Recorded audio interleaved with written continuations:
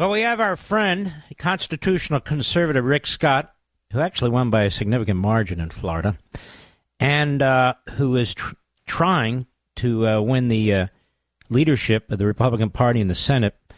And so I wanted Rick Scott to have an opportunity to talk about this. And Rick Scott, I was very disappointed to see Josh Hawley endorsing Cornyn. I mean, you know anything about that? What the hell caused that? I have no idea. By the way, Mark, you're good luck. We got nearly 6 million votes. We won the Miami-Dade by 10 points. We won Osceola County, which is where it's majority Puerto Rican. We won there. We won in the county where Tampa is, the county where St. Petersburg is, the county where Jacksonville is. So you must have. You won a landslide, Senator. You won in a landslide, and you were worried about losing. So obviously, you turned things around. I know our audience is extremely loyal. They love you, and I'm just thrilled because you're my senator, for God's sake. Yeah. So here's where we are. As I talk to my colleagues, they know we have to do something different. They want to be treated as equals. They want to have an agenda. There's all the things that's not happened in decades up there. They want to be part of a team. They know that Donald Trump got elected to get something done. They know I've got a great relationship with Trump, and they know I'm a business guy. Business guys get our stuff done. So I believe I'm going to win, be the next majority leader, and I'm going to help get Trump's agenda done with the help of a lot of great senators, but Mike Lee, Ron Johnson, and there's others that are going to be hell-bent on helping Trump get his agenda done. You know, here's the thing, Senator Scott. You've been a successful governor for 8 years. Your opponents have not been governors. And you're more aligned with the Trump agenda, or you certainly have been over the years, than either of your opponents. And so the idea that you're sort of the odd man out is kind of ridiculous. So this is really another vote, another example of whether Republicans, in this case senators, are going to get behind somebody who is more representative of we the people, or somebody who's more representative of we the Washington establishment. Wouldn't you kind of put it that way? Yeah. I mean, do you want the same old, or do you want a radical change? Trump got elected for radical change. Trump got elected because people are fed up with the path we're going down.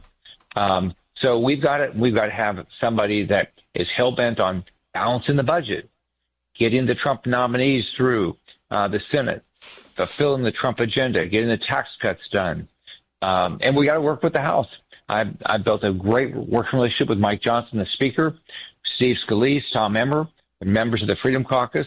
Because guess what? If we're going to get Trump's agenda done, it's going to be somebody that is focused every day on how to get things done. What we do is we come up on Monday and we have a vote at 5:30. We don't even know what the vote's going to be about. And then we go home on Thursday and nobody has any idea what we were supposed to do that week. So that's why we have $36 trillion of debt. That's why we have an open border. That's why we have high inflation. I stopped to get a sandwich today, and this young lady said to me, she said, they still call me the governor here. They said, Governor, I moved here because of you.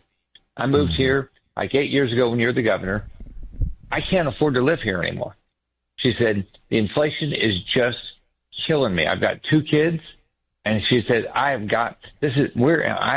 struggling every day. So this has got to change. And so we've got to have a new Senate that's going to focus on what do we do differently. Well, if you want to get rid of inflation, you balance the budget. We all balance our budgets. I balanced the budget for 8 years as governor. They had not balanced the budget in Florida for 20 years before I became governor. We can balance it at the federal level. It just takes us working together to get it done. But there's a lot of people there that their whole job is, I just want to get elected. And I don't want that. I want to get something done. I'm more interested in getting something done than getting elected. Are these votes taken in secret, or are they taken openly in the caucus, or how does this work? Mark, yeah, of course. I mean, how could they win? I mean, if it wasn't in secret. So, yeah, and they're going to rush it, too. So by laws, the vote's supposed to be next January, but they're going to rush it to, just so it's Wednesday. So the new senators don't have enough time to really get their feet under them and understand what they're voting on. But we are where we are. Mike Lee's going to host a meeting next Tuesday night, and hope all of us. I'm showing up. and say, hey, this is what I want to get done. This is how I do it. I built the largest hospital company. I built a variety of manufacturing companies. I did it by, one, having a very specific purpose, building a great team, having a great business plan, and then measure the living daylights out of results. That's how we're going to get the Trump agenda done. That's how we're going to get the Trump nominees done. That's how we're going to get a balanced budget. That's how we're going to cut taxes. So that's what we need, and that's what I'm going to offer. And when I talk to my colleagues, that's what they say they want. So I believe we're going to get it. But guess what? Everybody listen. Call your senator. Ask them what they're going to do. Let me ask you something, Senator, not to put you on the spot, again, as a citizen of Florida. I've got two senators, you and Marco Rubio. We never hear from Marco Rubio here, to be perfectly honest with you. My question is, do you get any sense whether he's going to back one of these sort of McConnell types or back you, or he hasn't said, or who knows? He's going to help me. I spoke with Marco today. He's been out there doing it. He's going to continue to support me. He knows the importance of getting something accomplished.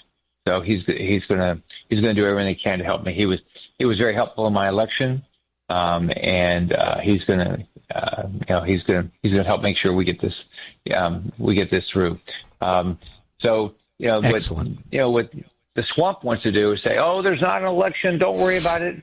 We're just going to keep doing what we're doing. I'm not putting up with that. That's why I ran against McConnell 2 years ago. That's why he stepped down, because I was clear. We are going to have change.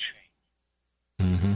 Now, you stood up against one of the strongest people in the Washington ruling class, and that was McConnell. I'm trying to remember how many. You got a decent number of votes, right? What did you get, 10 votes, 12 votes? I think first off, we had 16 votes to postpone them. They'd rushed the vote then, too, to postpone the vote so we could have have a real conversation. Because he rushed the vote to the day after I announced I was running against him. We got 11 votes.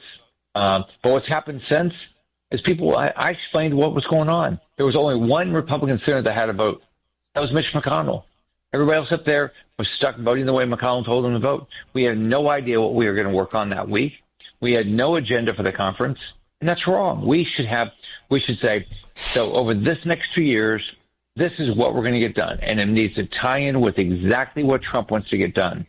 We need to have a plan to get his nominees confirmed. And we got to balance this budget. We are never going to get rid of this inflation until we balance the budget. Senator, Trump tax cuts are going to go away. You're right. I'm especially worried about Cornyn, I have to tell you, because he reminds me a lot of McConnell. Sort of talks under his breath. He's establishment. He works the system. I mean, McConnell was responsible for the debacle on the border with that phony bill. Then he winds up voting against it. He spent a lot of time cutting deals with Schumer, undermining first Kevin McCarthy and now Mike Johnson and the conservatives in the House and the Senate. And I just feel these guys that have been hanging on and around McConnell and showed up standing behind him every time he was holding press conference and so forth, that his habits and his notion of what leadership is may have rubbed off on these guys, no? Well, I've been very clear what I would do. I think if you're going to run to be the leader, you ought to be very clear how you're going to manage. Are you going to treat senators as equals? Are you going to badger them? Are you going to do what McConnell did by not helping guys like Ted Cruz and me to win our races, which is what he did with the super PAC money he raised from Republican donors? It's not McConnell's money. And just to remind the audience, you won in a landslide, and Ted won in a landslide, despite his efforts really to undermine you. Right. He didn't help Kerry Lake out in Arizona. Oh, wow, that's right. So he doesn't. He's So the question is going to be, if you're going to run to be the leader, be clear. I've been very clear the way I would manage. I build businesses by being very clear. Hey guys, this is what we're going to do. This is the type of company we're going to build. So this is the team we're going to build. This is our plan. This is how we're going to measure it. Be very, very clear. And so the first thing we ought to be doing is saying, okay, President Trump, you won. You have a mandate. How can we help you get your mandate accomplished? And then have a plan to make that happen. So if we don't, he'll get a few things done, but he's not going to get everything done he promised. That's not fair to the American people. He can't do it all on his own. Mm-hmm. All right, Senator. When is the vote? Do we know? Wednesday. So if you can reach out to your senators, whoever you believe would be the best partner for Donald Trump, that's who I think you should support. He won the presidency. So whoever you believe in, call your U.S. senator and say, hey, I'd like you, make sure you support this guy because I believe he'll be the biggest help to Donald Trump. All right. Well, good luck to you, Senator Scott. We appreciate you. All right. Thanks, Mark. Take care. Tell your family hi. I will. You take care of yourself.